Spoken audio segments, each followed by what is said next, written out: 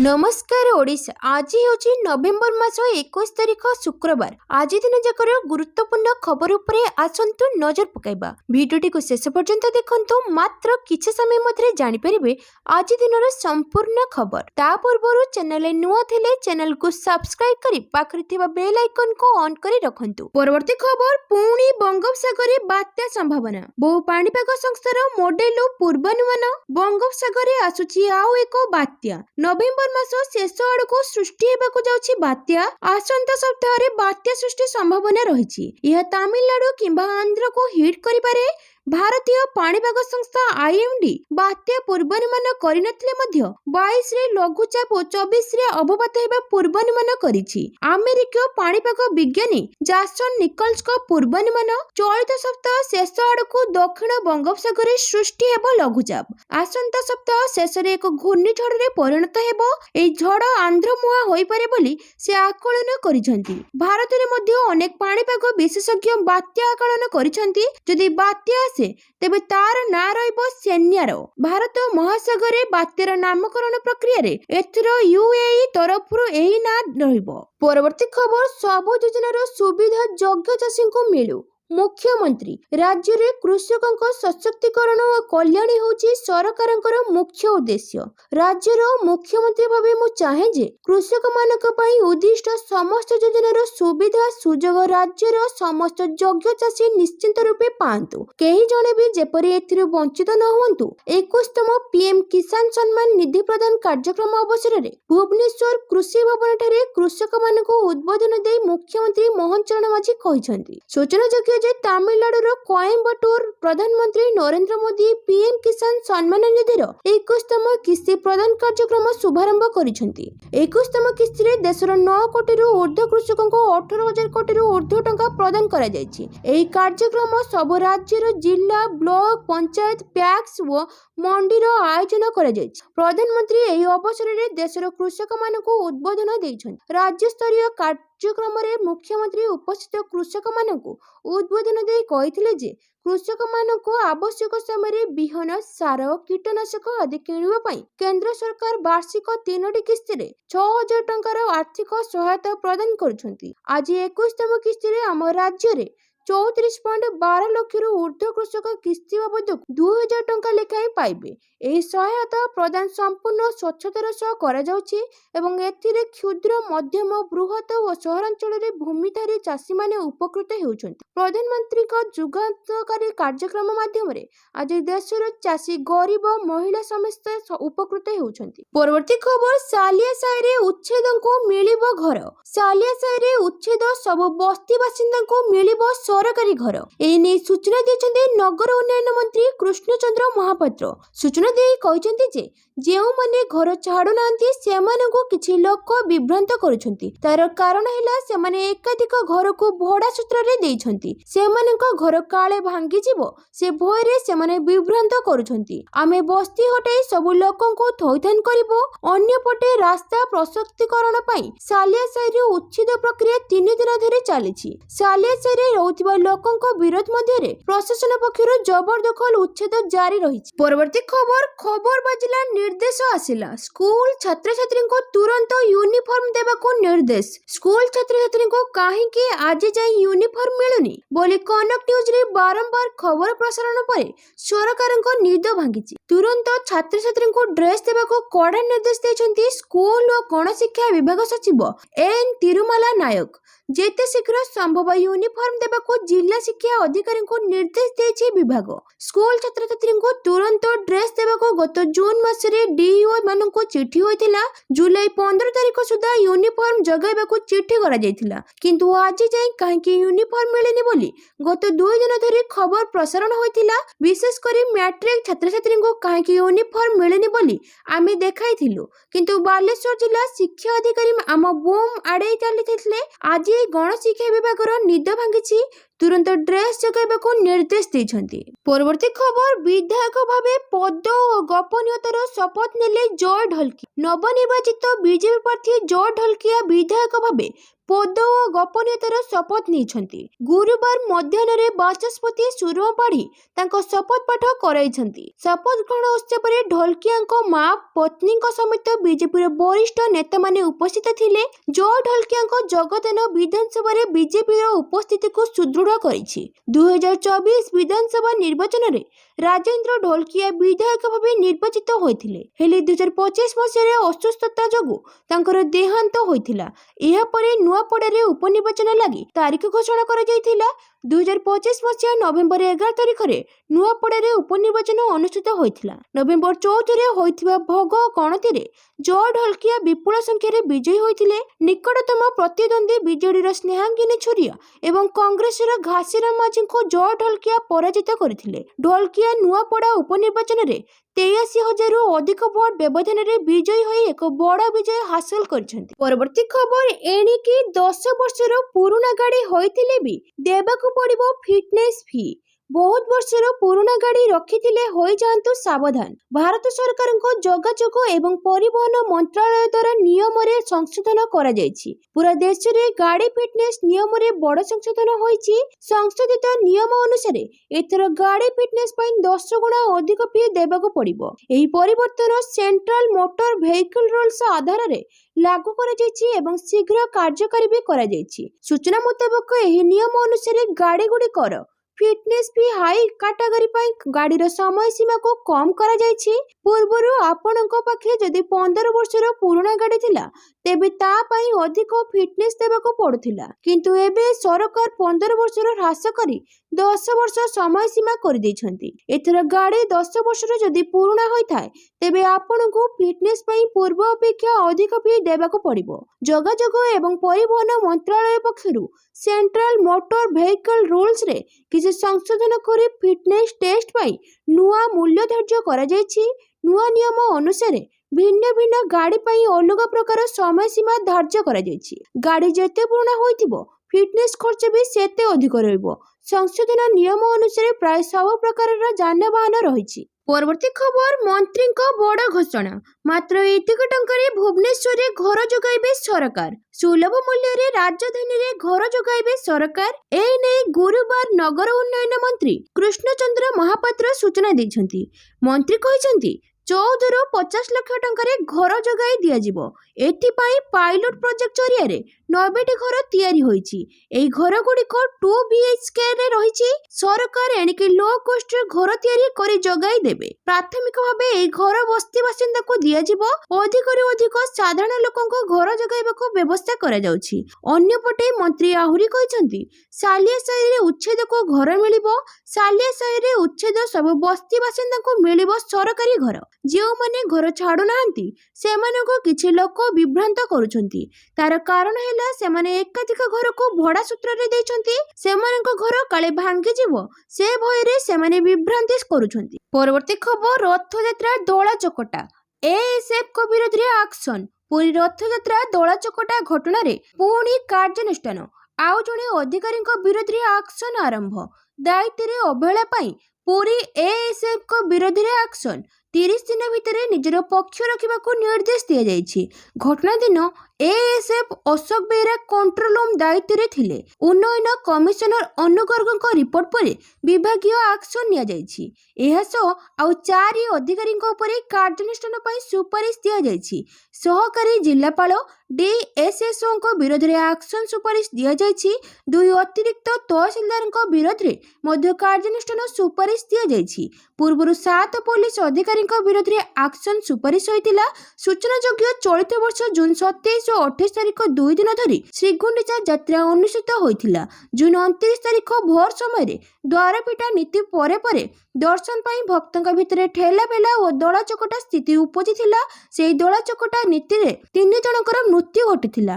ରାଜ୍ୟ ସରକାର ତତ୍କାଳୀନ ଉନ୍ନୟନ କମିଶନର ଅନୁ ଗର୍ଗଙ୍କୁ ଘଟଣାର ତଦନ୍ତ ପାଇଁ ନିର୍ଦ୍ଦେଶ ଦେଇଥିଲେ। ଉନ୍ନୟନ କମିଶନର ତାଙ୍କ ତଦନ୍ତ ରିପୋର୍ଟ 31 ଜୁଲାଇରେ ରାଜ୍ୟ ସରକାରଙ୍କୁ ପ୍ରଦାନ କରିଥିଲେ। ପରବର୍ତ୍ତୀ ଖବର, ନୀତିଶ ସରକାରଙ୍କ ଶପଥ ଗ୍ରହଣ ମଧ୍ୟରେ ଭାଜପା ଶିବିରକୁ ଆସିଲା ବଡ଼ ଖବର।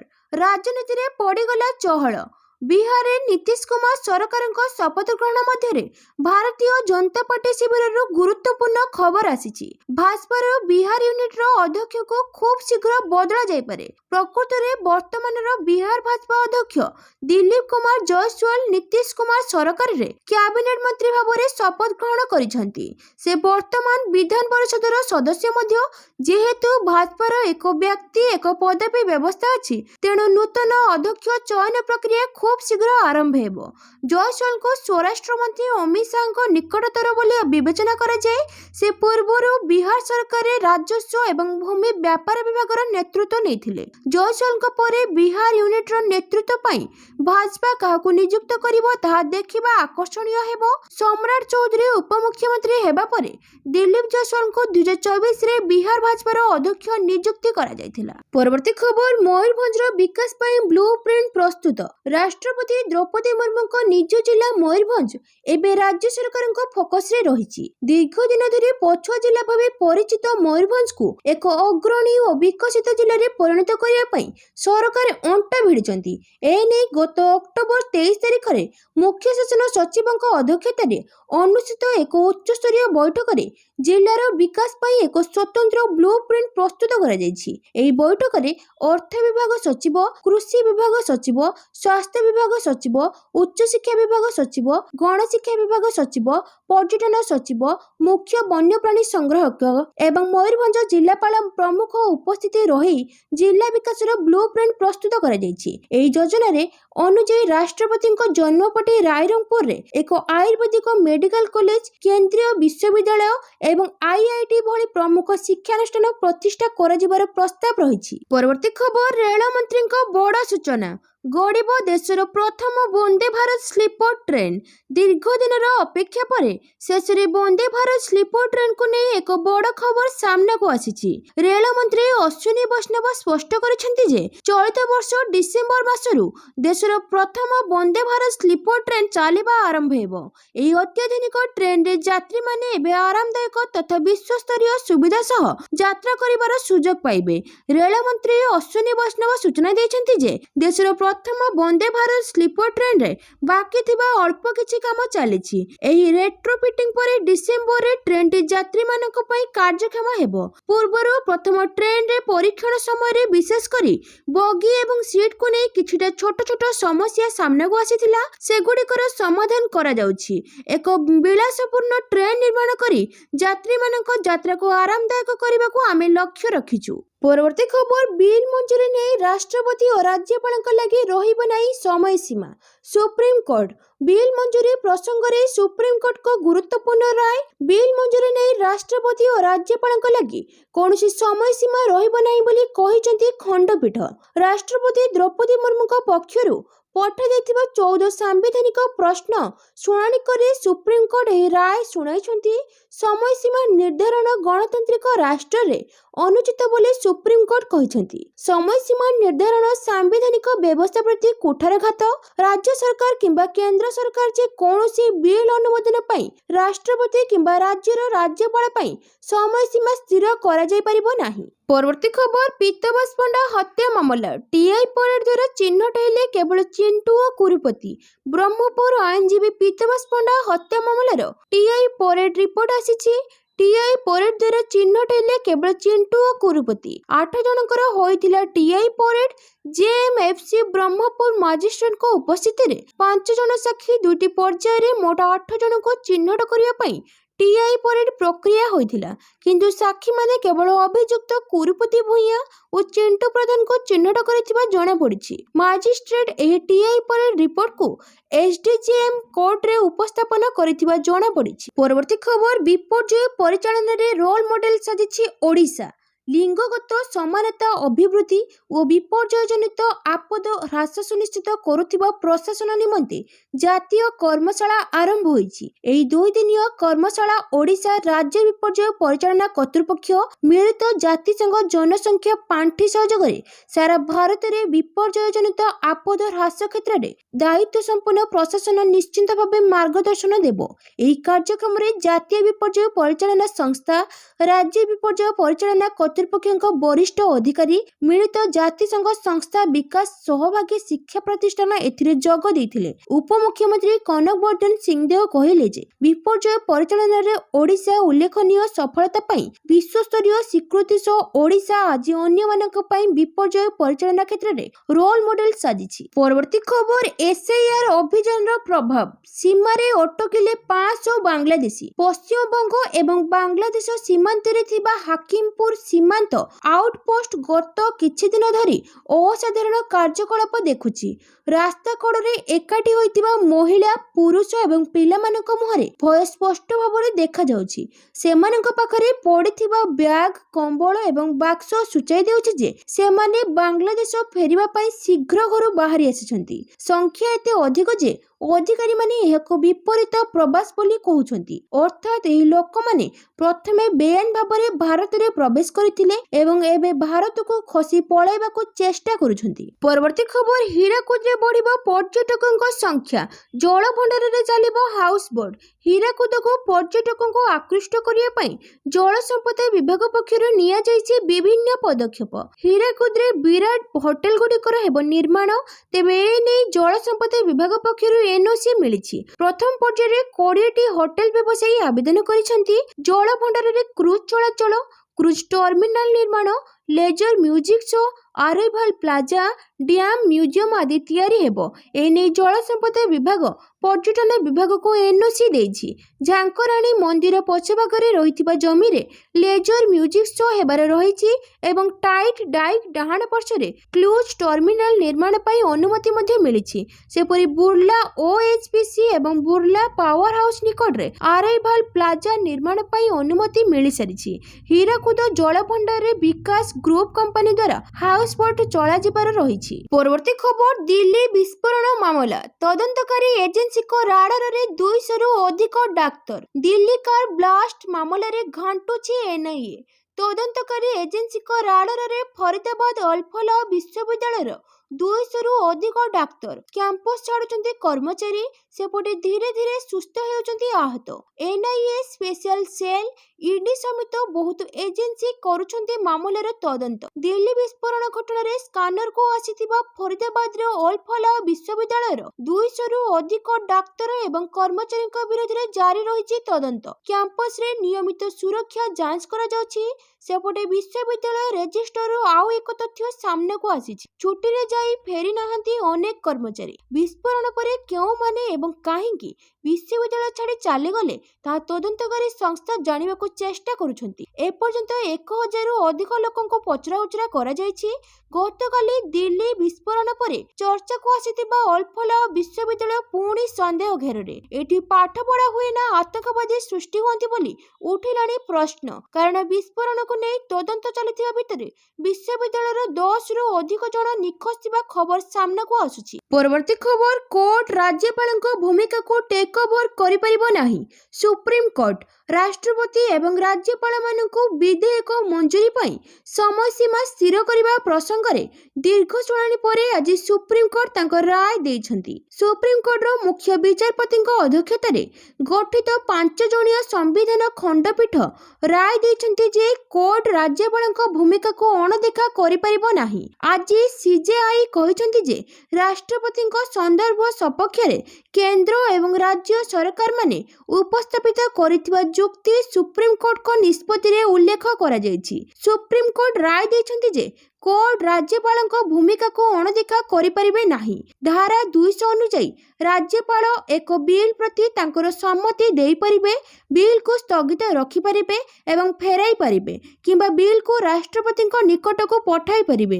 ଧାରା 200 ଅନୁଯାୟୀ ରାଜ୍ୟପାଳଙ୍କ ପାଖରେ କୌଣସି ଅନ୍ୟ ବିକଳ୍ପ ନାହିଁ। ସୁପ୍ରିମକୋର୍ଟ ସ୍ୱୀକାର କରିଛନ୍ତି ଯେ ରାଜ୍ୟପାଳମାନେ ରାଜ୍ୟ ବିଲ୍କୁ ଅନିର୍ଦ୍ଦିଷ୍ଟ କାଳ ପାଇଁ ସ୍ଥଗିତ କରିପାରିବେ ନାହିଁ, କିନ୍ତୁ ଏହା ରାଜ୍ୟପାଳ ଏବଂ ରାଷ୍ଟ୍ରପତିଙ୍କ ପାଇଁ କୌଣସି ସମୟସୀମା ସ୍ଥିର କରିବାକୁ ମନା କରିଦେଇଛି। ପରବର୍ତ୍ତୀ ଖବର ଧର୍ମେନ୍ଦ୍ର ପ୍ରଧାନଙ୍କ ବିରୋଧରେ ମାମଲା, ହାଇକୋର୍ଟ ଦେଲେ ଏମିତି ରାୟ। केन्द्र धर्मेन्द्र प्रधान विरुद्ध डॉक्टर सुभाष महापात्र करिथिबा निर्वाचनी मकदमा को हाईकोर्ट बुधवार खारज करिसेंती।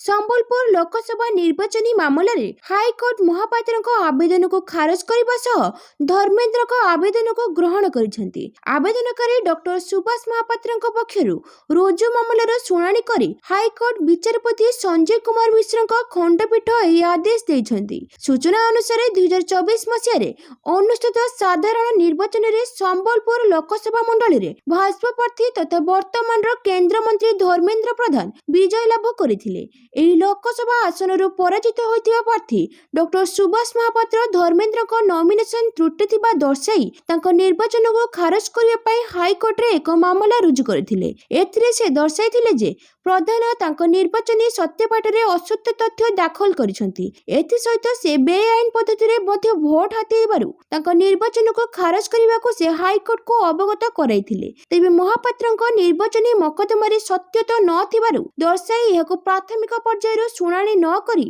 खारज करने को प्रधान हाईकोर्ट रे आवेदन करिथिले। परवर्ती खबर ट्राई आनिला नुआ नियम एणिकी फोन करे ठकिबा हेबो नाही सहज।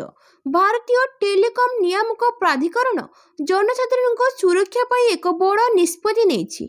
एबे समस्त प्रमुख bank, mutual fund company, stock market प्रतिष्ठान एवं पेंशन संगठन गुड़िक सेमानकर ग्राहकों कॉल पाई 1600 रु आरंभ होइतिबा नंबर व्यवहार करिवे। एही नियम साधारण लोकंक पाई सबठारु अधिक लाभदायक हेबो, कारण कॉल प्रकृत रे बैंक रु आसीछि कि ठक माने कॉल करछन्ती ताहा चिन्हट करिबा एबे बहुत सहज हेबो। आजिकाली ठक माने साधारण 10 अंक विशिष्ट मोबाइल नंबर व्यवहार करी लोकन को कॉल करंती, बैंक अधिकारी भाबरे निजको परिचय दियंती एवं निरीह लोकन को ओटीपी, यूपीआई पिन एवं अन्यान्य गोपनीय सूचना हासिल करी ठकंती। ट्राई एही नूतन नियम को पर्यायक्रमे कार्यकारी करिबा पई समय सीमा मध्ये स्थिर करिछि। म्यूचुअल फंड एवं संपत्ति परिचालन कंपनी गुड़िको फेब्रुआरी 15, 2026 सुधा 1600 नंबर ग्रहण करने पड़िबो, जेतेबेले बड़ स्टॉक ब्रोकर संस्था माने मार्च 15, 2026 सुधा एथिरे शामिल है। परवर्ती खबर अनिल अंबानी को ईडी झटका। मनी लॉन्ड्रिंग मामले रे संपत्ति अटैच कला ईडी। विशिष्ट शिल्पपति अनिल अंबानी को ईडी झटका। लोन ठकेई और मनी लॉन्ड्रिंग मामले रे संपत्ति अटैच कला ईडी। देशर विभिन्न स्थान रे थिबा संपत्ति पई मनी लॉन्ड्रिंग निवारण आईन अधीन रे अटैचमेंट आदेश जारी करा जायछि। भुवनेश्वर, नवी मुंबई, चेन्नई, पुणे रे थिबा संपत्ति अटैच कला ईडी। 1452 कोटी रु अधिक टंकार संपत्ति अटैच कला ईडी। वर्तमान सुधा ईडी अटैच कराणी 9000 कोटी टंकार संपत्ति। सद्यतम कार्यानुष्ठान सहित चलुथिबा तदंतरे अंबानी गोष्ठीर संपत्तिर संग्रहित अटैच परिमाण प्राय 9000 कोटी टंका को वृद्धि पाइछि। परवर्ती खबर आसंताकाली दक्षिण आफ्रिका गस्तरे जिबे प्रधानमंत्री नरेंद्र मोदी। आसंताकाली दक्षिण आफ्रिका गस्तरे जिबे प्रधानमंत्री नरेंद्र मोदी। नवेम्बर 21 रु 23 तारिख पर्यंत दक्षिण आफ्रिका रे जोहान्सबर्ग गस्त करिवे। सेठारे 20तम G20 नेतांको सम्मेलन रे जोग देबे। यह ग्लोबल साउथ रे अनुष्ठित हेउथिबा क्रमागत चतुर्थ G20 सम्मेलन हेबो। वैदेशिक मंत्रालय एक विबृति रे कहिछि जे शिखर सम्मेलन रे प्रधानमंत्री G20 एजेंडा उपरे भारतर दृष्टिकोण रखिबे। प्रधानमंत्री शिखर सम्मेलन 3टी अधिवेशन रे भाषण देबार आशा करा जाउछि। G20 नेतांको सम्मेलन अवसर रे श्री मोदी जोहान्सबर्ग रे उपस्थित किछि नेतांको सह द्विपाक्षिक बैठक करिबार आशा करा जाउछि। से दक्षिण अफ्रीका द्वारा आयोजित भारत ब्राजिल दक्षिण अफ्रीका नेतांको बैठक रे मध्ये अंशग्रहण करिवे। परवर्ती खबर बदलिबो आधार कार्ड रूप। वर्तमान समय रे आधार बेस जरूरी डॉक्यूमेंट। बिना आधार रे सब काम बंद। एणु एभली जरूरी डॉक्यूमेंट होइथिबा बेले यार भूल उपयोग विपद मध्य रहुछि। एही विपदर आशंका आधार को आहुरी सुरक्षित करिया पई सरकार पुणी थरे एथिरे परिवर्तन करबा को जाउछंती। आसीबा को थिबा नुआ आधार कार्ड रे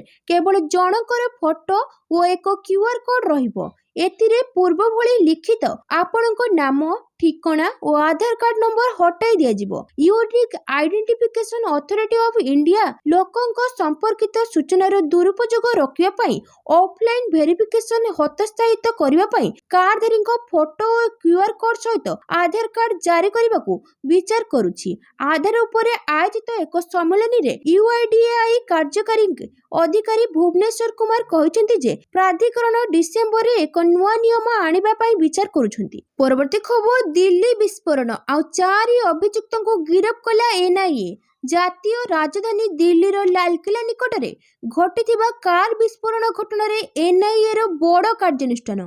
ବିସ୍ଫୋରଣ ଘଟଣା ସହ ସମ୍ପୃକ୍ତ ଆଉ 4 ମୁଖ୍ୟ ଅଭିଯୁକ୍ତଙ୍କୁ ଗିରଫ କଲା ଏନ୍ଆଇଏ। ପଟିଆଲା ହାଉସ କୋର୍ଟର ଜିଲ୍ଲା ସେସନ୍ସ ଜଜଙ୍କ ପ୍ରଡକ୍ସନ ଅର୍ଡର ପରେ ଜମ୍ମୁ ଏବଂ କାଶ୍ମୀରର ଶ୍ରୀନଗରରେ ଏନ୍ଆଇଏ ଏହି 4 ଜଣଙ୍କୁ ହେପାଜତରେ ନେଇଛି। ଅଭିଯୁକ୍ତମାନେ ପୁଲୱାମାର ଡାକ୍ତର ମୁଜାମିଲ ଶକିଲ ଗଣାଇ, ଅନନ୍ତନାଗର ଡାକ୍ତର ଆଦିଲ ଅହମ୍ମଦ ରାଥୋର, ଲକ୍ଷ୍ନୌର ଡାକ୍ତର ସାଇନ ସଇଦ ଏବଂ ସପିଆନର ମୁଫିଦ ଇରଫାନା ଅହମ୍ମଦ ୱାଗାୟ ଭାବରେ ଚିହ୍ନଟ ହୋଇଛନ୍ତି। ଏମାନେ ସମସ୍ତେ ଆତଙ୍କବାଦୀ ଆକ୍ରମଣରେ ଗୁରୁତ୍ୱପୂର୍ଣ୍ଣ ଭୂମିକା ଗ୍ରହଣ କରିଥିଲେ। ଦିଲ୍ଲୀ ବିସ୍ଫୋରଣ ମାମଲାରେ ଆମିର ରସିଦ ଅଲିଙ୍କୁ ପ୍ରଥମେ ଗିରଫ କରାଯାଇଥିଲା। ଏହାପରେ କାଶ୍ମୀରରେ ଜସିର ବିଲାଲୱାନି ଓରଫ ଦାନିଶଙ୍କୁ ମଧ୍ୟ ଗିରଫ କରାଯାଇଥିଲା। ସେମାନେ ଦୁହେଁ ଆତ୍ମଘାତୀ ଆକ୍ରମଣକାରୀ ଉମର ଉନ ନବୀଙ୍କୁ ସହାୟତା କରିଥିଲେ। ଏବେ ପୋଲିସ ଆତଙ୍କବାଦୀ ଆକ୍ରମଣ ଘଟାଇବାରେ ସାହାଯ୍ୟ କରିଥିବା ଅନ୍ୟ 4 ଜଣଙ୍କୁ ଗିରଫ କରିଛି। ପରବର୍ତ୍ତୀ ଖବର, ଡିଜିଟାଲ ଗିରଫ ରୋକିବା ପାଇଁ ଇଡି ସମନ ଜାରି ପ୍ରକ୍ରିୟାରେ ପରିବର୍ତ୍ତନ। ଡିଜିଟାଲ ଗିରଫ ରୋକିବା ପାଇଁ ଇଡି ସମନ ଜାରି ପ୍ରକ୍ରିୟାର ପରିବର୍ତ୍ତନ। ପ୍ରବର୍ତ୍ତନ ନିର୍ଦ୍ଦେଶାଳୟ ଇଡି ସାଧାରଣ ଲୋକଙ୍କୁ ନକଲି ସମନ ବିଷୟରେ ସତର୍କ ରହିବାକୁ ପରାମର୍ଶ ଦେଇଛି। ଇଡି ଅଧିକାରୀଙ୍କ ଅନୁଯାୟୀ କିଛି ଠକ ସମ୍ପ୍ରତି ଇଡି ନାମରେ ନକଲି ସମନ ଏବଂ ନୋଟିସ ପଠାଇ ବ୍ୟକ୍ତିବିଶେଷଙ୍କଠାରୁ ଠକେଇ କିମ୍ବା ଟଙ୍କା ଆଦାୟ କରିବାକୁ ଚେଷ୍ଟା କରୁଛନ୍ତି। ଏହି ନକଲି ସମନ ଗୁଡ଼ିକ ପ୍ରକୃତ ସମନ ସହିତ ସମାନ, ଯାହା ଫଳରେ ସାଧାରଣ ଲୋକଙ୍କ ପାଇଁ ପ୍ରକୃତ ଏବଂ ନକଲି ସମନ ମଧ୍ୟରେ ପାର୍ଥକ୍ୟ କରିବା କଷ୍ଟକର ହୋଇପଡୁଛି। ଇଡି ଅଧିକାରୀମାନେ କହିଛନ୍ତି ଯେ ସମସ୍ତ ପ୍ରକୃତ ସମନ ଏବେ ଏକ କ୍ୟୁଆର କୋଡ ଏବଂ ଏକ ଅନନ୍ୟ ପାସକୋଡ ଅନ୍ତର୍ଭୁକ୍ତ ଏକ ସିଷ୍ଟମ ମାଧ୍ୟମରେ ଜାରି କରାଯାଏ। ଏହା ଯେକୌଣସି ବ୍ୟକ୍ତିଙ୍କୁ ସହଜରେ ଯାଞ୍ଚ କରିବାକୁ ଅନୁମତି ଦିଏ ଯେ ସମନ ଅସଲି କି ନକଲି। ସମନରେ ଜାରିକାରୀ ଅଧିକାରୀଙ୍କ ଦସ୍ତଖତ, ମୋହର, ସରକାରୀ ଇମେଲ ଠିକଣା ଏବଂ ଫୋନ ନମ୍ବର ମଧ୍ୟ ରହିବ। ପରବର୍ତ୍ତୀ ଖବର, ଆମେରିକାଠୁ ଅସ୍ତ୍ରଶସ୍ତ୍ର କିଣିବା ଭାରତ। ଆମେରିକାର ଅନୁମୋଦନ ପରେ ସେନା ପାଇବ ଜାଭେଲିନ କ୍ଷେପଣାସ୍ତ୍ର ପ୍ରଣାଳୀ।